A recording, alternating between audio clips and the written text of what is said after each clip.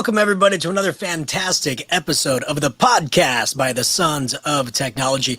Today, we have a few different things we want to talk to you about. One is a preview of Q Bold, which is happening this weekend, starting Friday, May 21st at 3 o'clock, all the way through Saturday and Sunday, the 23rd.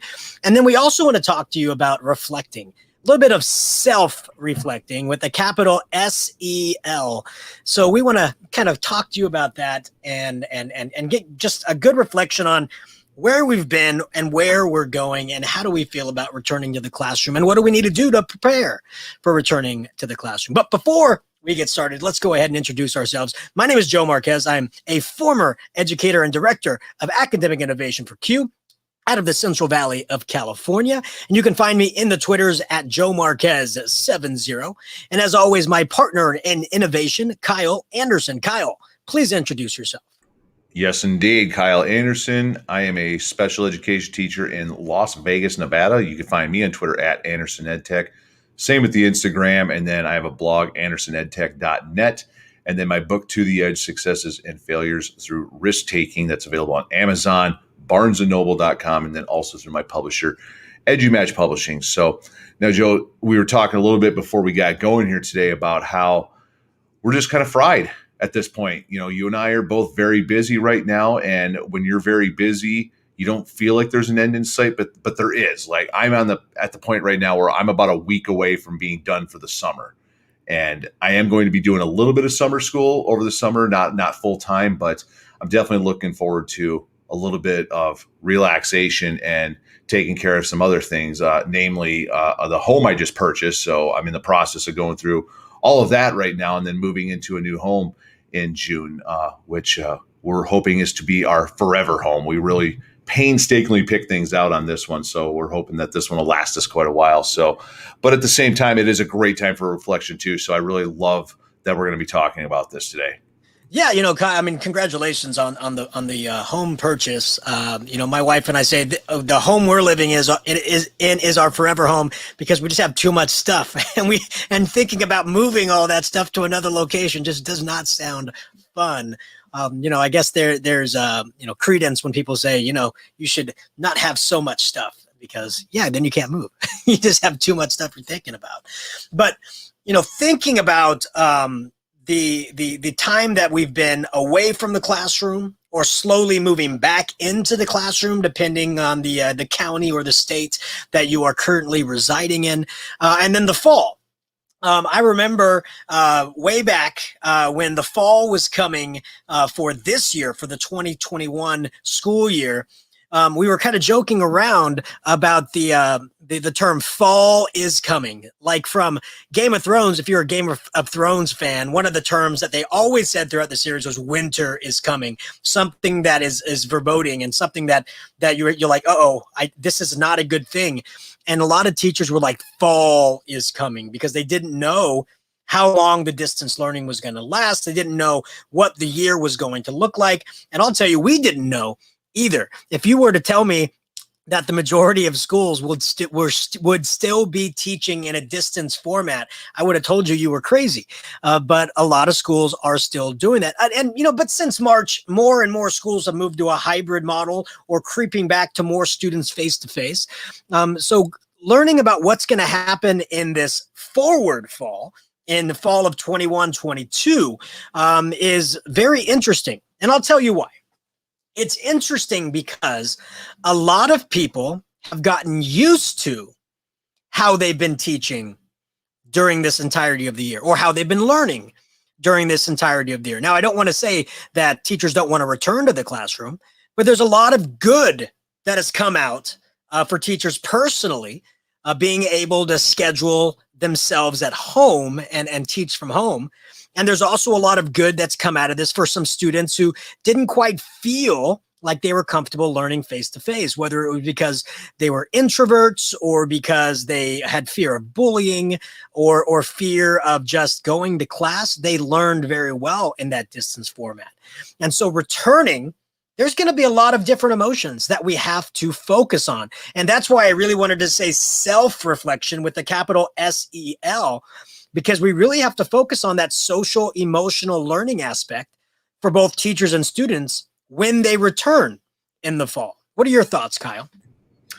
Well, you brought up a really good point about when working from home, coming up with routines while we were at home, because clearly school schedules were not the same as your typical schedule before the pandemic, where in the school where I teach at, it's a 4x4 block. Blocks are about an hour and a half long each.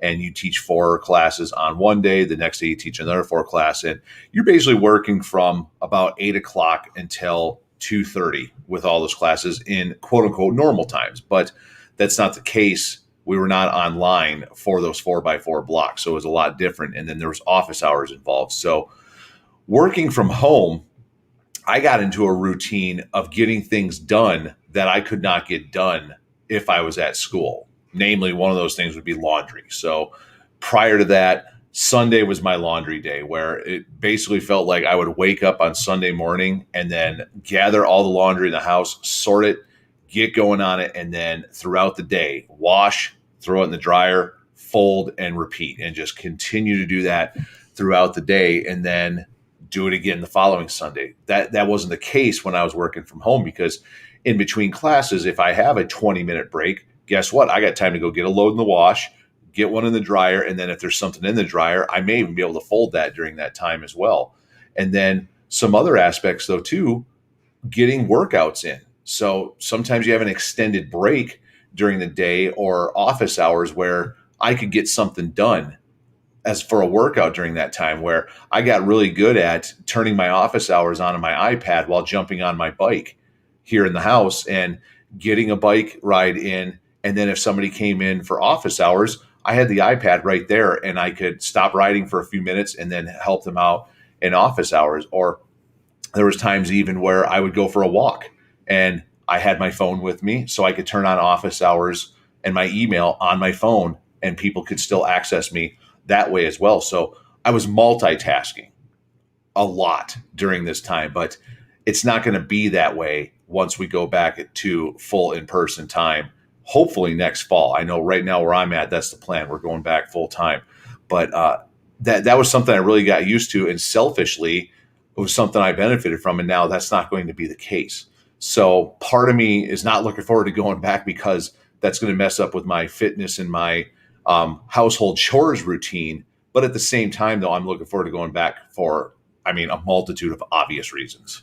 Yeah, nobody ever said I want to become a teacher so I can teach from home, right? Nobody ever said that. But this situation gave the opportunity to showcase what that could look like and what that could do for teachers. And we have to let people know the things that you're talking about, Kyle. It's not you're like skirting your responsibilities. It's not like you're saying instead of giving my most to my students, I'm doing these other things. It's I'm giving my most. And in these smaller breaks, I can do small things around the house. I can get things started. I can get things moving so that during the weekend, you don't have all these things that have piled up throughout the week. So that's what we're talking about. Because just like you, Kyle, when I was in the classroom, school would start at 7:30. So that means I needed to be in my classroom by the latest 7 o'clock. That would mean if I wanted to work out, I'd have to backtrack 2 hours. And so that means I'd have to be up by 5. I'd have to be out the door by 5:15. I'd have to get my run in and back in by 6:30, jump in the shower by 6. You're butting up against the time. And so, being pressured to get that workout in, it became like, it's just not worth it. And so it became, I'm just going to wake up at 6, get that extra hour of sleep, wake up at 6, take a shower, and then be out the door and then be in my classroom.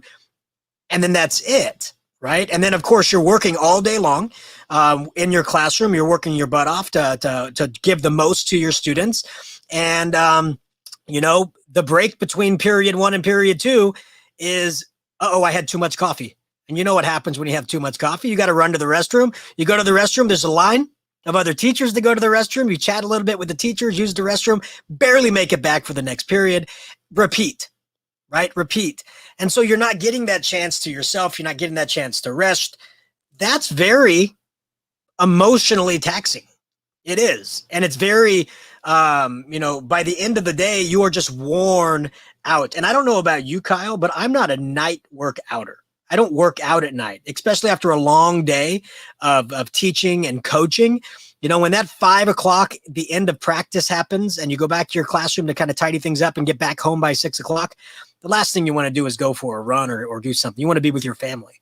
And so it creates this, you know, hurry up, hurry up, hurry up, move, move, move. It's very emotionally taxing to a teacher, right? Teaching is probably the most important job in the history of the world, but also one of the hardest jobs in the history of the world. And I think the pandemic gave us a chance to slow down a little bit, to find ourselves again, to breathe. Yes, we had a pivot. A lot of people hate that word pivot. Have to flex. A lot of people hate the word flex. You had to move things around a little bit in your brain to get, okay, this is the activity I want. What tools are available for me to do that? And so it was an extra work to get that going. But in between classes, you had that break. You had that time to do things around the house. And I think a lot of teachers kind of got used to that. And coming back to the classroom, to that hustle and bustle routine of yesteryear, it could take another emotional toll against some of our teachers. I know it would myself. What do you think about any of that, Kyle? Well, with the return to hybrid and having to work from school for the last couple of months now, I've taken a lot of those things that I got used to doing and then I've modified it so I'm still making it work. So you mentioned waking up early to work out and how some people look at that and say, no, I'm just going to get that extra hour of sleep and then sacrifice a workout. I've done my best to try to wake up almost every morning before work and still get my workout in, because I don't know what I'm going to feel like at the end of the day, like you said, when you've worked all day and you're absolutely fried. So getting out and walking 4 miles before I have to get ready to go to work, I don't want to say it's been easy, but it's gotten easier as I've gone along because I've made it a part of my day instead of just doing it here and there. And then when that alarm does go off at 4:45, just going, oh, this is not what I want to do right now. I've made myself get up to do it. Now, there's been some days where I have not gotten up. I've decided, you know what, sleeping another hour and a half sounds a lot better right now. And I have gone back to sleep because I've listened to my body and I've gone back to sleep. But while I don't do it a lot, but now that the sun is staying up a little bit later, I have been getting some walks in at night though too. So if I was doing, say, marathon training, I'm not sure how much I'd want to do at night.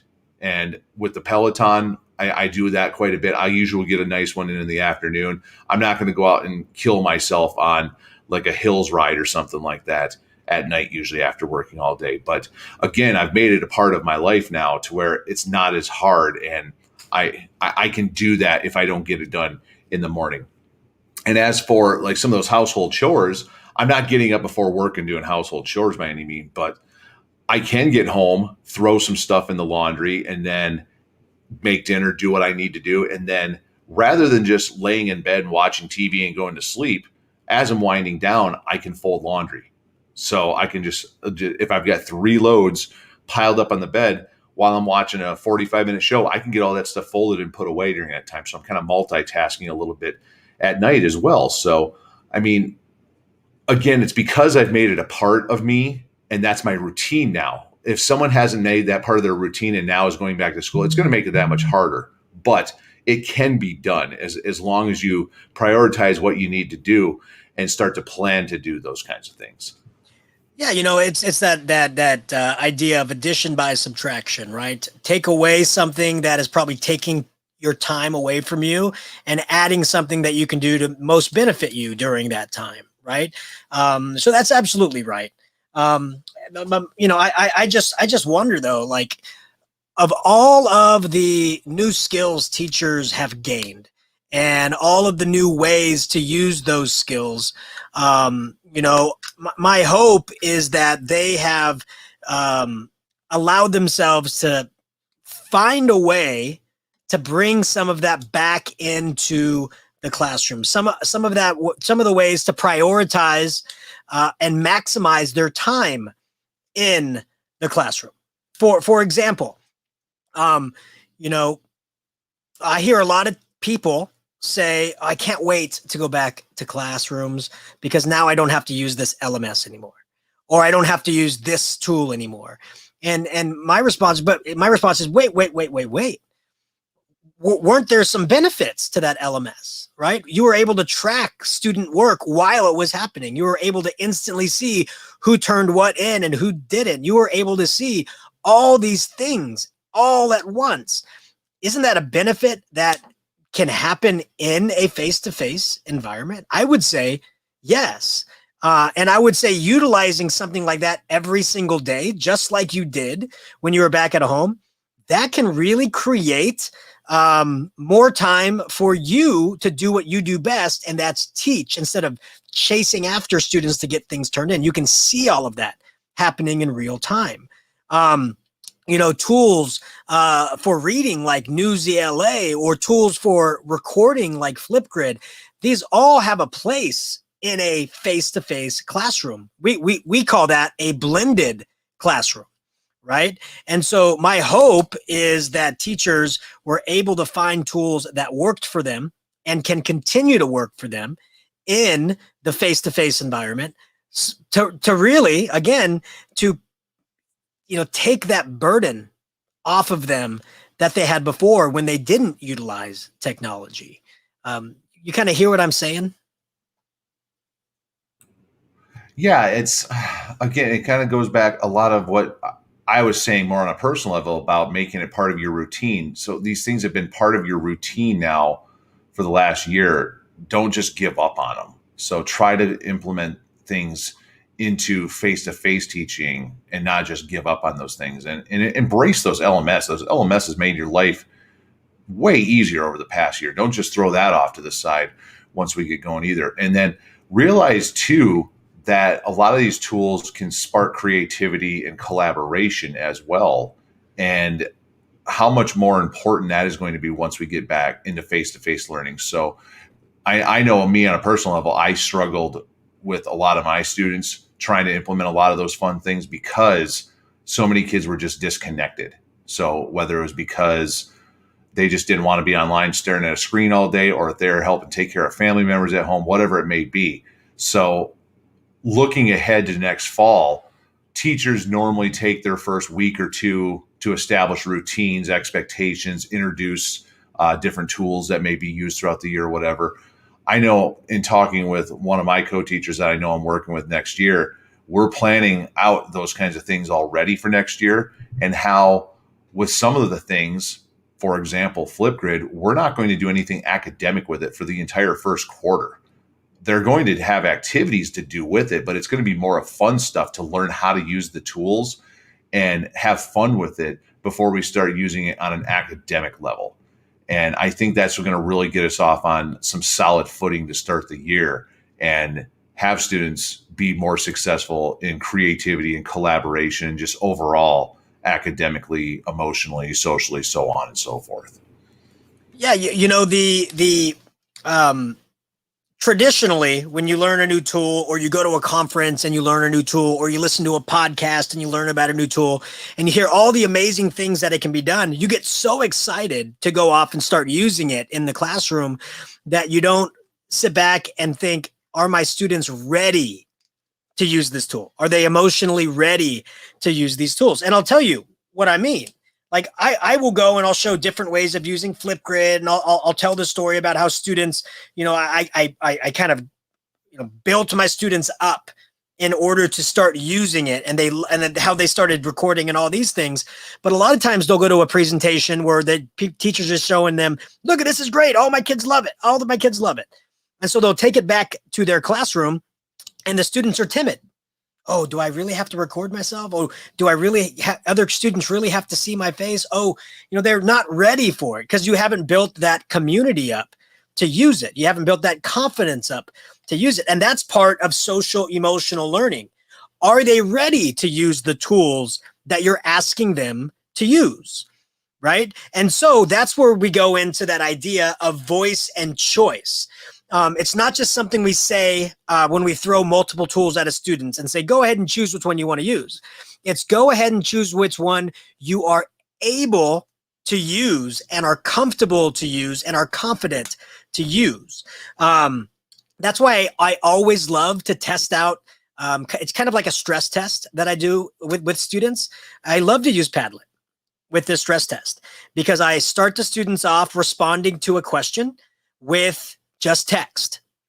And I'll tell you, none of the students have problem responding on a Flipgrid with text. And then I ask them, okay, you're going to respond to the same question with the same text that you typed, but with your voice, because Padlet allows you to have voice responses. I'll tell you, the confidence drops. The kids are like, really? I don't like the sound of my voice. I don't really want to record with my voice. And that's when you go, I'm glad, because you already responded with text. That was your choice. You're good to go. Now half of the class is text, half the class is voice. And then you ask them, okay, I finally want you to respond. The exact same thing you wrote with text, exact same thing you said with voice, now respond with video. And the confidence just plummets because you haven't built up the capacity to use the video. So you have to ask yourself, with all these tools you're learning about at all these different conferences or all these different things, all the different podcasts you listen to, are you allowing students time to gain the confidence to use these tools? Because, that's key in social emotional learning. It's not only the tool, but also are students confident enough to use the tool? Yeah. So as the school year is winding down, taking that time to reflect on everything from this past year, to reflect on where you're at right now, and then looking ahead to next year, spend some time with that. Just, it doesn't have to be a blog post. It doesn't have to be anything of that nature, but just spending a little bit of time to think about these things and think about what's worked well, what could work better, those kinds of things. That's going to help you a lot more come August when we're returning. So, but shifting gears a little bit, we're actually dropping this episode a little bit early from our Saturday drops, and we're dropping it on a Thursday instead. And why is that? It's because Q Bold is starting up on Friday, and we wanted to make sure that we talked a little bit about that before it was dropping and give people a little bit of an opportunity to still register today. So Joe, tell us a little bit about Q Bold, what it is, when it is, all the good details about that. Yeah. So Kyle, I'm glad you asked, because a lot of people ask me all the time. They go, well, I go to fall Q, I go to spring Q. What's the difference with Bold? How is Bold different than if I went to fall, or how is Bold different than if I went to spring? And my response is this: at fall Q or spring Q, you're being served a dish, like you're being served a hamburger or you're being served a meal, and that meal is good. They show you the meal, they talk about the meal, they talk about why it's great, they show it to you, but they don't show you the inner workings of how they've built up this meal, how they came up with the recipe, how they came up to create what they are trying to show you, right? You get the hamburger, you get the juicy hamburger at fall Q and spring Q. Bold is like being invited back into the chef's table of the restaurant. You're invited back into the kitchen, and you get to watch the chef make the meal, and you get to ask the chef, why did you choose this ingredient over that ingredient? Or instead of that ingredient, can I use this ingredient? You get to see how that meal is prepared and every decision that chef decided on, why it was decided on, and how you can change the flavor up a little bit. That's how Bold is different. In a normal conference, you're probably getting 50 minutes of kind of, this is what the tool is, maybe a little bit of interaction with the tool so you know how the tool works, but you don't get a lot in 50 minutes. In Bold, you're going to get 75 minutes. So 45 minutes of an actual lesson designed by a teacher in the classroom on how they're getting students to learn in a distance, hybrid, or blended face-to-face environment. And as you are experiencing this lesson as a student, you get to kind of prepare questions. And then the last half hour, after that 45 minutes of experiencing the lesson, you get to ask the presenter, why did you do this? And why did you do that? And you have time to build with that presenter there to help guide you. That is why Bold is really important. And it really focuses on lesson design. That's what Bold stands for, blended and online lesson design. And so within it, we're looking at Madeline Hunter's 7 Steps to Lesson Design. and how you can take these and remix them all around, and how lesson design is not a ladder, like step one, then you go to step two. After step two, you go to step three. Lesson design is, I'm going to try step one. And if the data coming in means I can skip number two, do it. And if that data come in means you go to four, do it. And then if the data coming in says, oh, you got to go back to three, do it. It's really showing you how it's like chutes and ladders, moving up, moving down, moving all around. That's why Bold is very unique. It really changes the way what Madeline Hunter's lesson design has been thought about in the classroom. So for some listeners, they may be thinking, you just got done talking about reflecting on the year and looking forward to taking a break. Why should I go to QBold now as the school year is ending? Isn't that just going to contribute more to me being frazzled and fried? This is the reason you would want to go now. Number one, it is 3 days of learning, but all the sessions are going to be recorded. All of these sessions are going to be recorded and available for you to watch asynchronously all the way till the end of July. So July 30th, you'll have access to all of these. So if you are fried right now and you want to take all of June off, you have the rest of July to go back and view all of these. But the thing about Bold is it starts to tell you all of these tools that you've been learning about. This is how you can use it in this environment. This is how you can use it in a face-to-face environment. Because you may be saying to yourself, oh, you know what? I know exactly how I used Flipgrid in my distance learning. I know exactly why I used it in my distance learning. But if we're all face-to-face, can I just ask a student a question and they can tell me face-to-face? Why should I even incorporate Flipgrid into it? They talk about why. They talk about how students responding and listening to their responses helps them learn about those responses more and helps them take more agency and ownership of their learning. Bold also incorporates lots of acronyms, right? So it incorporates UDL, Universal Design for Learning. How do certain students learn, and how does technology help them understand what needs to be learned? And it also helps them respond in the best modality possible. It's incorporating PBL, project-based learning, how students can create and collaborate with each other to create things in the classroom, in the face-to-face classroom, in the hybrid classroom, rather than just writing things individually. Right? Really putting students together. And I sure hope teachers understand that we cannot take for granted students working together in a physical platform anymore, because when we come back face to face, that's going to be key to reacclimate them into that collaborative process with other students in a face-to-face environment. Of course, we're going to be talking about SEL, right? Social emotional learning within there also. So there's so many different things that we're going to be talking about at Bold. And how they all come together. You may have had a session where UDL is talked about by itself, or how PBL is talked about by itself, or SEL is talked about by itself, or equity is talked about by itself. Bold shows how everything, all lessons need a component of each to be successful. And it shows you how that works in a blended online or hybrid environment.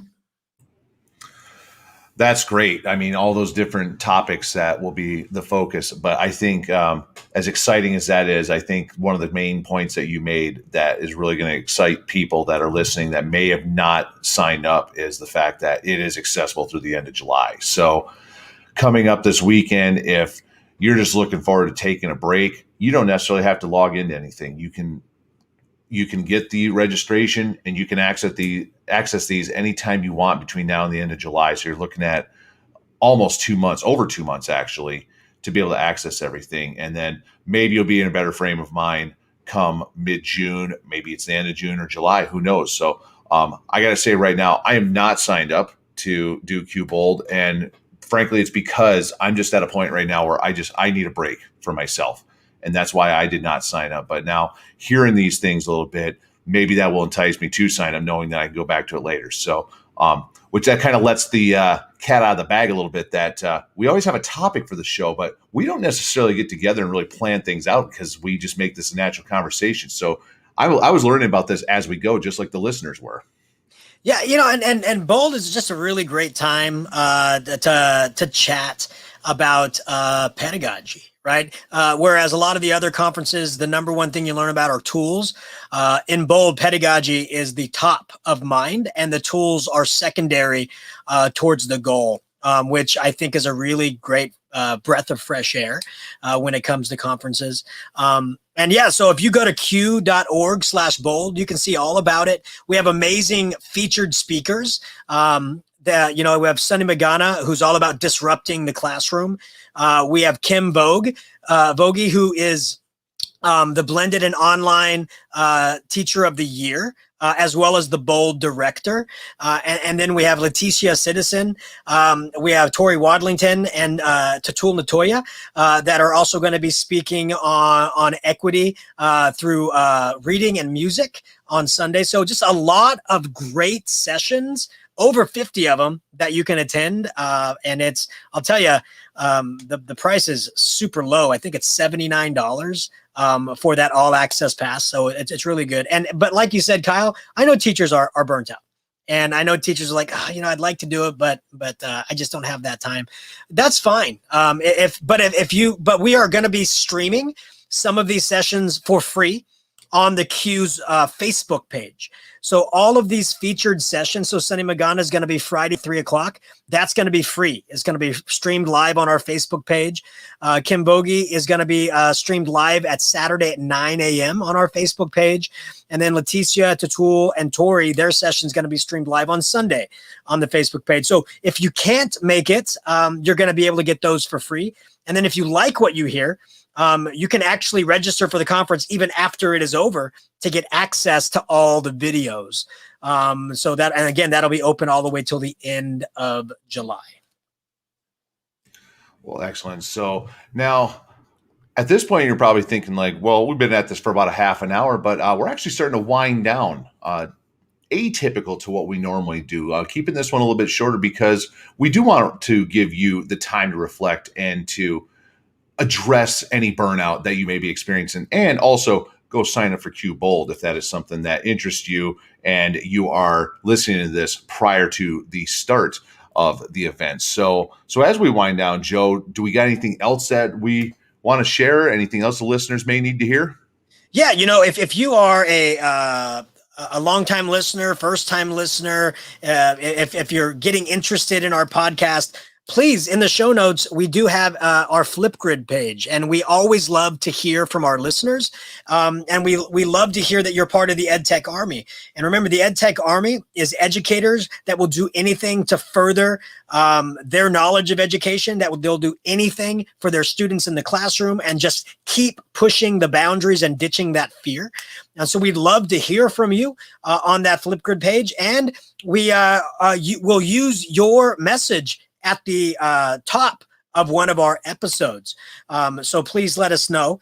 And then also, if you are a longtime listener of this podcast, please shoot us a tweet at Sons of Tech EDU or DM us at Sons of Tech EDU and let us know what you think about the show. And we just may send you some Sons of Technology stickers that you can slap on your devices for when we start going face to face again. You can proudly display your Sons of Tech badge. For sure. So we'd love to get that out there into more people's hands. So, but yeah, so I mean, like I said, take some of that time to reflect at this point, address yourself, take some time for yourself, and start thinking about what you could do for next year, but not too soon, because again, you need to take care of yourself first. So that being said, we're looking at the end at this point, which again, we normally go a little bit longer than this, but today, just trying to give somebody the chance to do what they need to do for themselves. No, absolutely. And sometimes the best gift to ever give is the gift of time. And so we normally go an hour, and we're going to give you about 25 minutes back of that hour, just because we care about you, and we want you. If you would normally listen to this entire hour, we want you to take the next 25 minutes for yourself. Like Kyle said, reflect on yourself, reflect on what you've done this past year, and just maybe even just do something that you've been wanting to do but haven't had the time. You now have 25 minutes of that time to get that done, because we care about you, we love you, and we know you work extremely hard. And as we've always said, Kyle, when people are looking back on this time, they will see that teachers are probably the people that are heroes of this pandemic. And in my heart, I know you are heroes, and I know you're doing everything that you can to make learning happen. There is no learning loss when we have teachers like you. So let's all write learning loss on a piece of paper and rip it up, because there's no such thing when there are people like you. So thanks for everything you do. Thanks for ditching that fear. Thanks for listening. And as always, keep on innovating and keep on being the amazing person we know you are. Have a great evening.